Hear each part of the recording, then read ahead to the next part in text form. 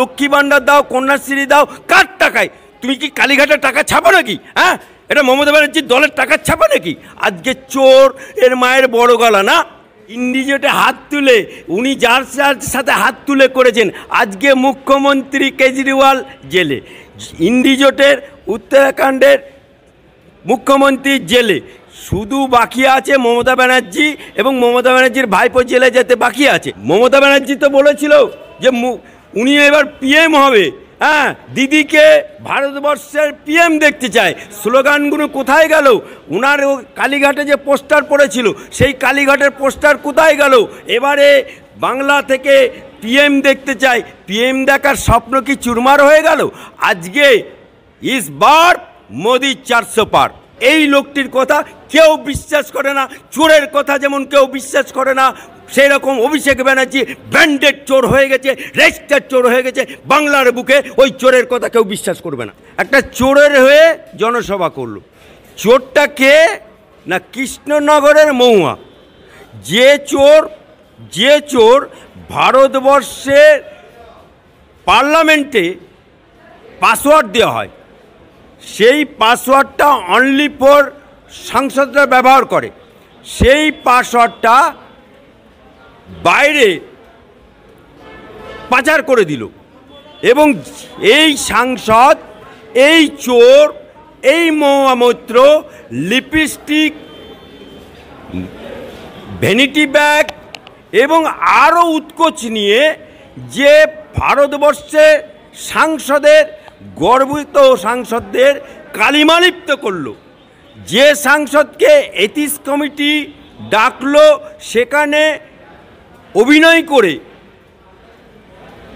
চোখে ভেসলিন লাগিয়ে অভিনয় করে বেরিয়ে এলো। এই সাংসদ, যে সাংসদ আজকে কৃষ্ণনগরের কথা বলতে যায়নি, এক কোম্পানির টাকা নিয়ে আর এক কোম্পানির বিরুদ্ধে বলল। যে সাংসদের আজকে লোকসভায় যে যে পাসওয়ার্ডগুলো দিয়েছে, তার বিনিময়ে কত টাকা উনি উৎকোচ পেয়েছে, তার বিরুদ্ধে ইডি সিবিআই তদন্ত হচ্ছে।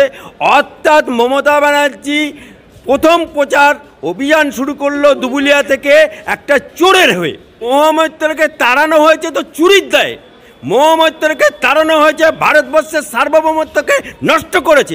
মহুয়া মৈত্রকে তাড়িয়েছে সংসদ থেকে তার এথিক্স কমিটির সুপারিশে। মহুয়া মৈত্র যে তাড়ানো হয়েছে তার কুকর্মের জন্য। মহুয়া মৈত্রকে তাড়ানো হয়েছে ভারতবর্ষের সংবিধান অনুযায়ী, পার্লামেন্টের সংবিধান অনুযায়ী সংবিধান লঙ্ঘনকারীর জন্য। সেই সাংসদ তাড়িয়েছে এথিক্স কমিটির মাধ্যম দিয়ে সুপারিশে। যে সাংসদ টাকা নিয়েছে, উৎকোচ নিয়েছে বলে তার বিরুদ্ধে ইডি সিবিআই তদন্ত হচ্ছে। সুতরাং এমনি তো সাংসদকে তাড়ায়নি। ওনার তো আরও সংসদ ছিল, আরও সংসদ, কোনো সাংসদকে তো তাড়ায়নি। ওই সাংসদকে তাড়ালো কেন? অর্থাৎ ডাল মে কুছ কালা হ্যায়, ইসিলিয়ে তো ওকে তাড়া। আরে মমতা ব্যানার্জিকে বলি, উনি তো ইন্ডিজোট করেছিলেন। হ্যাঁ, আবার ইন্ডিজোটের নামকরণ করেছিলেন উনি নামকরণ করেছিলেন INDIA, ইন্ডিজোট। আর সেই ইন্ডিজোট আজকে পলায়নগত, অর্থাৎ ইন্ডিজোট থেকে ছটকে গেল। উনি ভেবেছিলেন ইন্ডিজোটে আমি নেতৃত্ব দেবো, কিন্তু ইন্ডিজোট ওনার নেতৃত্ব করতে দিল না, উনাকে বাদ দিয়ে আজকে ইন্ডিজোট চলছে।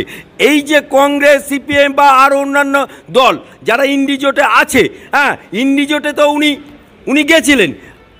মমতা ব্যানার্জিকে বলি, ইন্ডিজোটে হাত তুলে উনি যার সাথে হাত তুলে করেছেন, আজকে মুখ্যমন্ত্রী কেজরিওয়াল জেলে, ইন্ডিজোটের উত্তরাখণ্ডের মুখ্যমন্ত্রী জেলে, শুধু বাকি আছে মমতা ব্যানার্জি এবং মমতা ব্যানার্জির ভাইপো জেলে যেতে বাকি আছে। আরে মুখ্যমন্ত্রী অরবিন্দ কেজরিওয়াল জেলে আছে।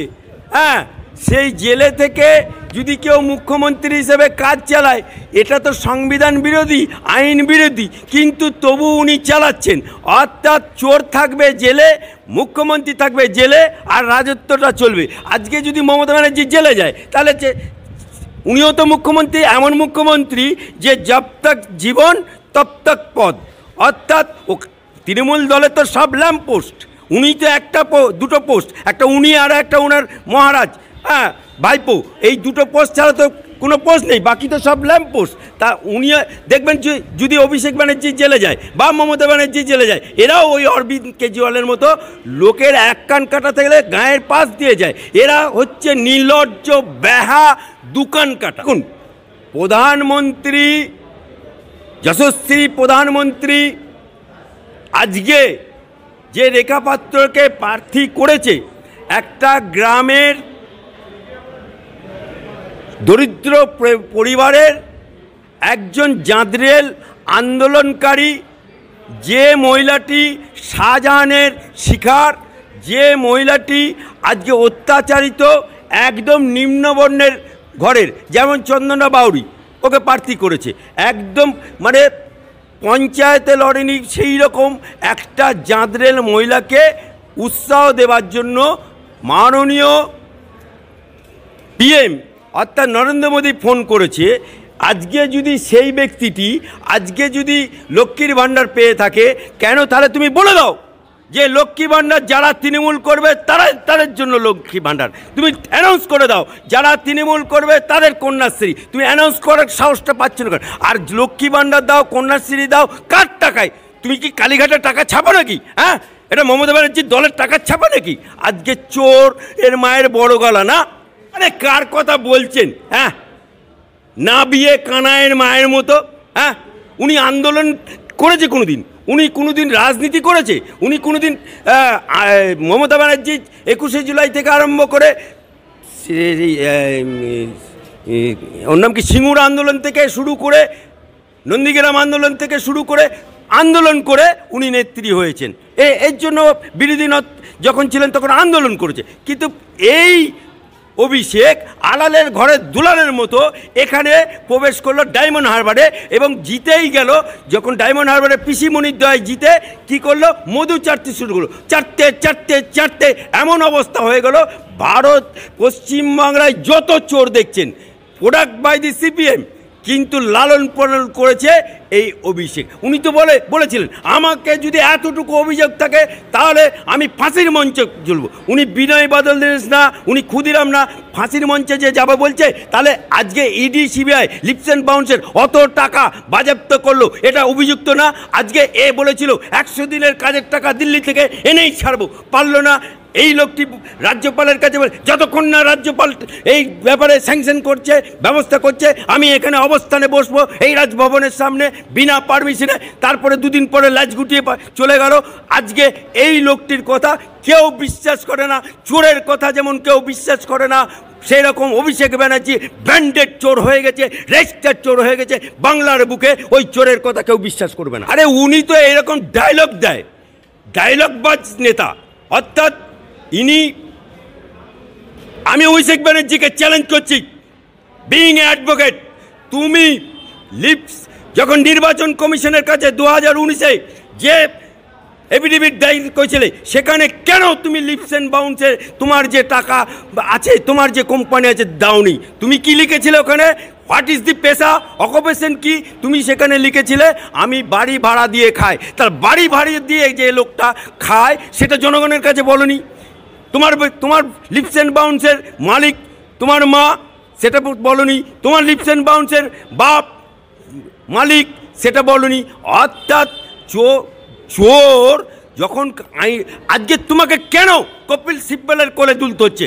কেন হাইকোর্ট থেকে সুপ্রিম কোর্ট বিভিন্ন উকিলের মাধ্যম দিয়ে ছুটতে হচ্ছে? কেন তোমাকে স্টে নিতে হচ্ছে? জবাব দাও। আজকে তুমি 42টা ক্যান্ডিডেট তুলে নেবো, কখনো কখনো বলছে লক্ষ্মীর ভাণ্ডার তুলে দেবো। লক্ষ্মীর ভাণ্ডার কি কালীঘাটে টাকা চাপায় নাকি? হ্যাঁ, তৃণমূল কি টাকা চাপায় নাকি? লক্ষ্মীর ভাণ্ডার এটা জনগণের ট্যাক্সের টাকায় দিচ্ছে। আজকে বিজেপি কোথায় কি করবে জানি না, কিন্তু এটুকু বলতে পারি প্রতিবার আজকে মরছে মুসলমান, মারছে মুসলমান, বদলুট করছে মুসলমান, জেল খাচ্ছে মুসলমান, আর ডিম খাচ্ছে দারাগাবাবু ক্যামাকা স্ট্রিট। লজ্জা করে না বলতে? আজকে 1500 টাকা দিচ্ছে, 3000 টাকা দিচ্ছে। হ্যাঁ, এই তোমার কর্তব্য। আজকে ডায়মন্ড হারবার মডেল করলে, সোনার মডেল করলে, সেই ডায়মন্ড হারবার মডেল আজকে তোমার বউ সোনা বৌদি সোনা পাচার করতে গিয়ে ধরা পড়লো, ফ্লপ। আজকে নিজের পেছনে গু, আজকে তুমি সকলকে বলছো বিজেপির পেছনে লাগতে এসছো। অর্থাৎ এটুকু বলেই দিই যে অভিষেককে বিজেপির ডিএনএতে তোমাদের তৃণমূল জন্ম। আজকে যে জোড়া ফুল, সেই জোড়া ফুলটা দিয়ে তুমি লড়ছো, সেই জোড়া ফুলটার চিহ্নটা দিয়েছিল অটল বিহারী বাজপেয়ীর সুপারিশে। তাই বিজেপির ডিএনএতে জন্মগ্রহণ করে আজকে বিজেপির বিরুদ্ধে বড় বড় কথা বলছে।